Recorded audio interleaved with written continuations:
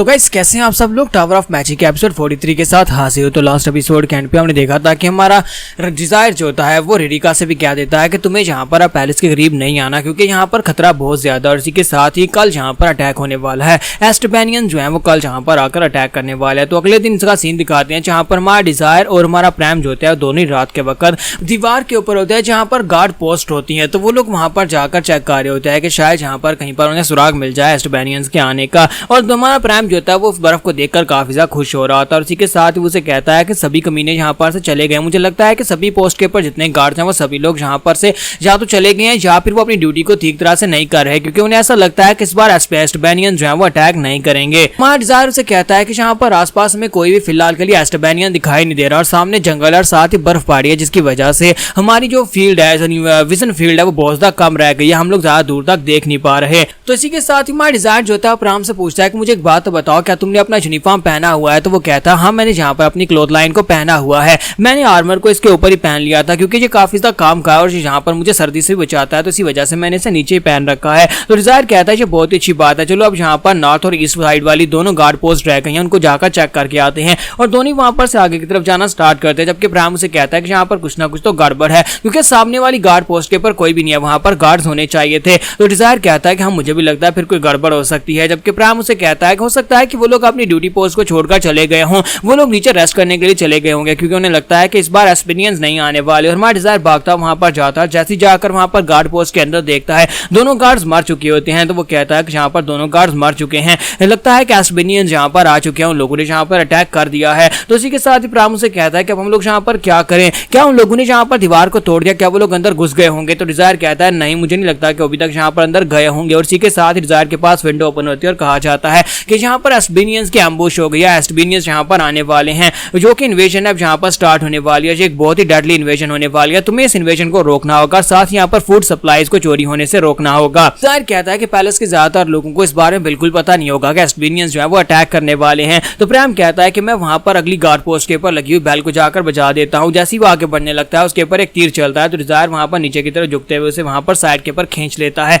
ताकि उसे बचाया जा सके। तो डिजायर कहता है कि मुझे लगता है कोई तो ऐसा है जो कि दूर से यहाँ पर एरोस को शूट कर रहा है, कोई ऐसा वैसा तीरंदाज नहीं है। और इसी के साथ ही हमारा डिजायर जो होता है एक स्पेशल मैजिक जिसका नाम आउल्स विजन होता है, उसको यूज करते हुए सामने के एरिया को स्कैन करता है। तो वहां पर स्कैनिंग के बाद से पता चलता है कि सामने एक बहुत ही पावरफुल एस्टबेनियन होता है, यानी कि एक बड़ा सा बारबेरियन होता है जो कि सभी बारबेरियंस का लीडर है। उसका नाम ब्लड रेड कोलंबाइन होता है। तो ब्लड रेड कोलंबाइन जो होता है वो तीर चलाने में बहुत ज्यादा उस्ताद होता है, यानी कि वो दूर से भी तीर चला सकता है और साथ ही वो अपने मैजिक को उसके अंदर इम्ब्यूट करता है, इसी वजह से उसका निशाना नहीं चौंकता। तो हमारा डिजायर कहता है कि हमारी तो वाट लगने वाली है जहां पर तो ब्लड रेड कोलंबाइन है जो कि एक एस्टबेनियन है, यानी कि एक बड़ा सा बारबेरियन है और साथ में वो मैजिक को भी यूज कर सकता है। इसी के साथ ही वहां पर दिखाते हैं कि बारबेरियंस दीवार के नीचे पहुंच जाते हैं और अपनी रस्सियां ऊपर डाल रहे होते हैं। वो अपनी रस्सियां ऊपर डालकर ऊपर चढ़ना स्टार्ट कर देते हैं। तो डिजायर और प्राम कहते हैं कि ये तो बहुत ही बुरा है, वो लोग तो दीवार के ऊपर चढ़ भी आए हैं। और दूसरी गार्ड पोस्ट की तरफ दिखाते हैं कि वहां पर जो एक दूसरी गार्ड पोस्ट होती है वो लोगों को अभी तक यहाँ पर कुछ भी समझ नहीं आ रही होती, लेकिन उनमें से एक ने आवाज सुनी होती है। वो दूसरे से कहता है क्या तुमने सुना?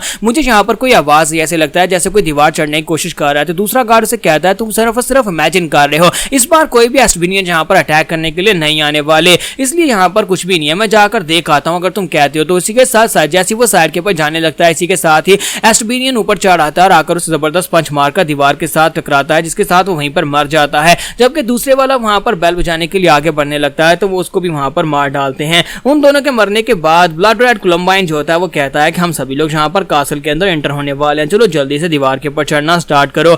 और इसी के साथ ही वो सभी लोग जो होते हैं दीवार के ऊपर चढ़ना स्टार्ट कर देते हैं। दीवार के ऊपर चढ़ने के बाद उनमें से एक कहता है कि चीफ बताओ कि तुम्हारे ऑर्डर्स क्या हैं? तो चीफ उन सभी लोगों से कहता है कि हम सभी लोगों का मेन मकसद यहाँ पर खाना चोरी करना है, तो हमें यहाँ पर सप्लाई रूम की तरफ जाना होगा जहाँ पर खाना है। और दूसरा उसे कहता है कि चीफ वहां पर ऊपर अभी भी एक जिंदा है, तो वहां पर एक बेल वाला जो 13 नंबर टावर होता है वहां पर अभी एक गार्ड जो होता है अभी तक जिंदा होता है। तो इन लोगों ने उसे देख लिया होता है। तो गार्ड जल्दी से नीचे छुप जाता है और कहता है कि अब मैं यहाँ पर क्या करूं, क्या मैं यहाँ पर चुपचाप बैठा रहूं तब तक कि एस्टबेनियंस यहाँ पर से चले जाएं, या फिर मैं जल्दी से उठकर यहाँ पर बेल को बजा दूं ताकि बाकी सभी लोगों को इस बारे में पता चल जाए कि एस्टबेनियंस ने अटैक कर दिया है। और इसी के साथ ही वो कहता है कि मैं यहाँ पर वैसे भी तो मरने वाला हूँ, तो मुझे यहाँ पर कुछ ना कुछ तो करना ही पड़ेगा, चलो फिर यहाँ पर बेल बजाई देता हूँ। और इसी के साथ ही वो उठकर जैसी बेल बजाने लगता है, इसी के साथ ही एस्टबेनियन ऊपर चढ़ आता है और उसे कहता है कि मैं तुम्हें ढूंढ लिया, अब तो तुम यहाँ पर बेल नहीं बजा पाओगे। और इसी के साथ ही वो उसको भी मार डालते हैं। तो उसके मरने के बाद अब यहाँ पर ब्लड रेड कोलंबाइन जो होता है वो अपने साथियों से कहता है कि तुम में से 10 जो वो यहीं पर रुको और दीवार के ऊपर बाकी की सभी गार्ड पोस्ट को भी जाकर चेक करो, जबकि तुम में से बाकी जितने लोग हैं वो सारे मेरे साथ आओ।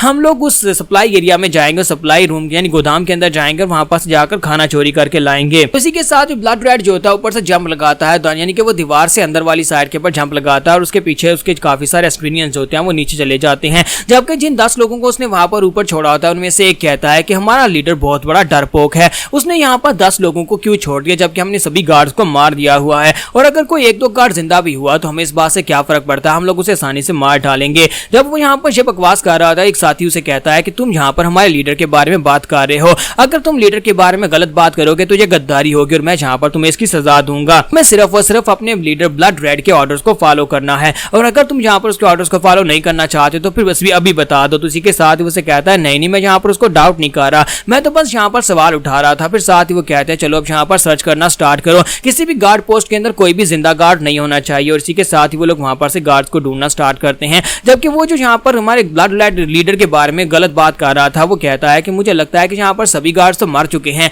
फिर भी यहाँ पर हमारे लीडर ने हमें सर्च पार्टी में छोड़ दिया, जबकि हम लोग भी वहां पर से जाकर खाने के क्रेट्स उठा सकते थे। जैसे ही वहां पर आता है जहां पर हमारे प्राइम के ऊपर अटैक हुआ था, जहां पर प्राइम के ऊपर तीर चलाया गया था, तो वो उस तीर को देखता है कि वो वहां पर तीर जो होता है वो पिलर के अंदर धंसा हुआ होता है, और उस तीर को वहां पर देखने के बाद बहुत सा हैरान हो जाता है और कहता है कि ये कैसे हो सकता है, हमारा चीफ तो कभी मिस नहीं करता, यानी ब्लड रेड का निशाना इतना ज्यादा शानदार है कि वो जब भी तीर चलाता है किसी न किसी को जरूर मारता है, फिर ये मिस कैसे हो गया। और इसी के साथ एक तलवार जो होती है पीछे से उसकी बॉडी के अंदर आकर धंस जाती है, तो हमारा प्राइम जो होता है वहां पर गार्ड की तलवार उठाकर उसकी बॉडी के आर पार कर देता है। तो वो जो एसबीनियन होता है वो भी चलाकर उसे कहता है कमीने कहीं कि तुम्हारी हिम्मत कैसी, और साथ ही वहीं पर गिरकर मर जाता है। डिजायर भी वहीं पर एक दूसरे गार्ड की डेड बॉडी के नीचे छुपा होता है, तो वहां पर से बाहर निकलता है और कहता है कि अब जबकि हमने एक को मार दिया है तो यहाँ पर अब 9 और बारबेरियंस बचे हैं, हमें उन सभी को भी एक एक करके मारना होगा, लेकिन हमें उसके लिए 13 वॉच टावर की तरफ आगे बढ़ना होगा जहाँ पर बेल है। प्राइम से कहता है लेकिन 13 वॉच टावर यहाँ पर से नजदीक तो है, लेकिन रास्ते में बहुत सारे एस्टेबिनियंस हैं, यानी कि